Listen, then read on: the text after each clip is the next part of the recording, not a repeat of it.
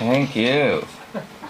I really only accepted the commission because after all these years of writing songs about Guelph, I'm finally able to use the Guelph shelf rhyme properly. Every time I write a song, well, what rhymes with Guelph? Oh, shelf, that's perfect.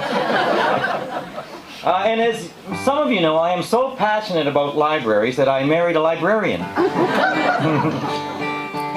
So this is a little history of the library here. And I'm right at that stage, being an institution, right between glasses and not glasses. So I've got handy here. See, step back a bit. That'll do it.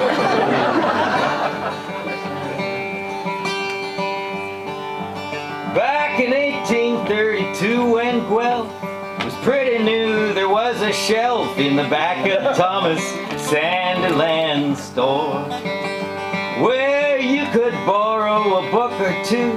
But as our little city grew, everybody knew they needed more.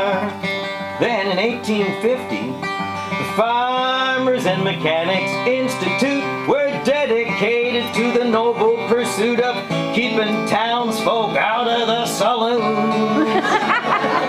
With a couple thousand books by the 1880s, they even had a room for ladies who could read there in the afternoon. Soon after that, they passed the Free Libraries Act. Guelphites rejoiced, and as a matter of fact, we were the first place in the province to get one going.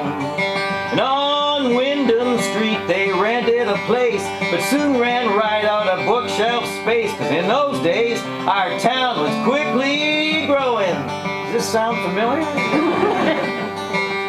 What we needed was a permanent home, a place that we could call our own, a real library that we would use with pride.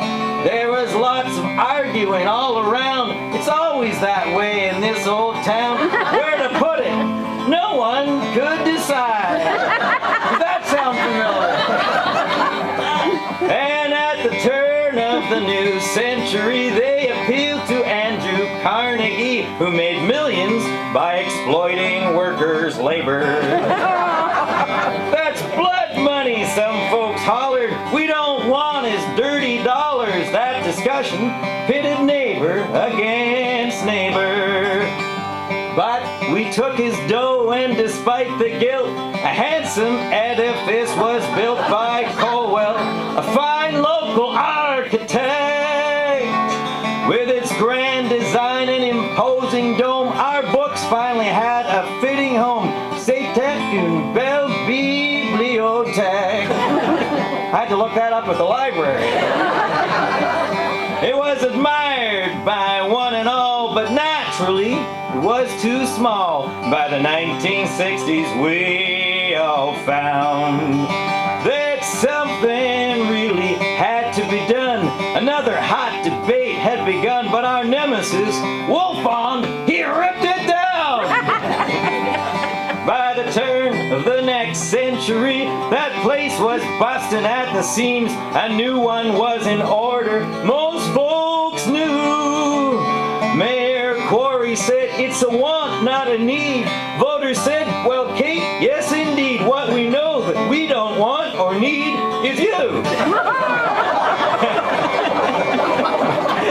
And now we've got a new regime, and it looks like we'll realize our dream. But just like most of my books, we're overdue. We're still fighting about where to put it. It wouldn't be Guelph without that, would it? Just like the library's video collection, there's nothing new.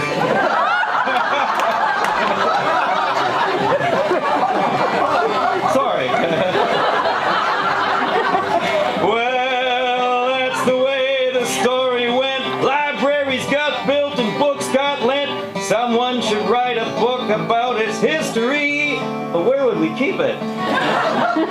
125 good years. Come on now, let's all give 3 cheers. But quiet ones, people are trying to read.